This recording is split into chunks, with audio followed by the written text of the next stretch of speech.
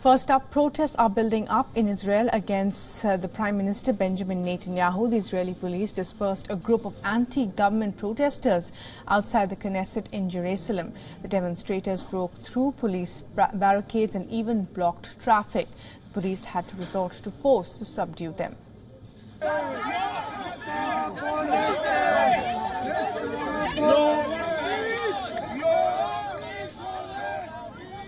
Protesters also set up tents which were dismantled by the police during a scuffle. Anti-government protesters called for a new Israeli government and called for national elections. This comes as the Prime Minister responded to recent criticism by the US President Joe Biden, asserting that his policies align with the interests of a vast majority of Israelis. Earlier, Biden had said that Netanyahu's approach to the war in Gaza was hurting Israel more than helping it. Well, Netanyahu later responded and said, and I quote here, "Don't know what the president meant, but if he meant that I lead a policy against the majority of the Israeli public and that it harms Israel's interests, he is wrong on both counts." Now, Netanyahu's air and ground assault on Gaza has plunged Gaza into a humanitarian catastrophe. Although the US has been airdropping aid onto Gaza, a ship carrying aid bound for Rafah from Cyprus is still on hold due to technical issues. Israel's defense minister has said that who has sailed with Israel's navy next to the shores of Gaza Strip to take a closer look at the work being done on the sea corridor to the enclave.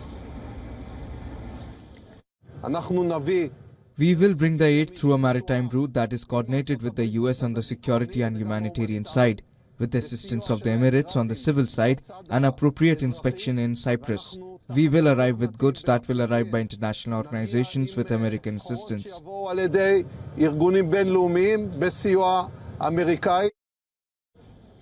Israeli inspectors will be in Cyprus at the port scrutinizing humanitarian cargo bound for southern Gaza. Other than Cyprus and trucks that have been entering the south of Gaza through Egypt controlled Rafah crossing and the Israeli controlled Kerem Shalom crossing as well.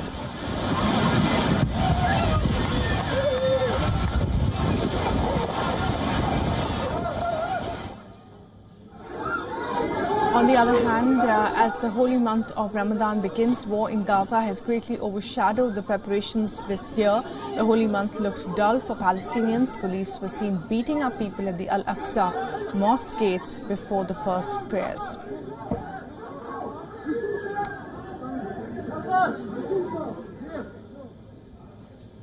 And for the very latest on Netanyahu's next moves in Rafah and southern Gaza, our correspondent Jody Cohen sent us this report.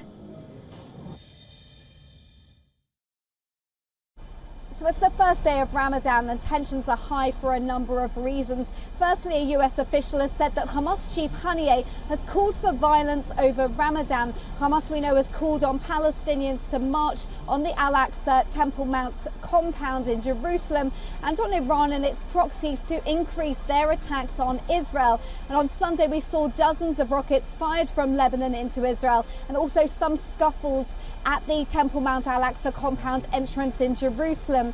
Now, secondly, talks have stalled for a hostage release deal and pause in the fighting. And Mossad head David Barnett has said that Hamas is toughening its stance and seeking to inflame the region during Ramadan. And the Wall Street Journal said that's because Hamas believes it has the upper hand with mounting US pressure on Israel. Thirdly, Israel has said it would carry out a Rafah operation by Ramadan if no hostage release deal is agreed, and that would involve evacuating civilians and targeting the last of the Hamas battalions in Rafah. And fourthly is the difficulty in Gazans reaching aid as they try to prepare their meals for the start and the end of their fast. So it's a tense time and all eyes will certainly be on Rafah and Jerusalem this Ramadan. For all the latest news, download the WION app and subscribe to our YouTube channel.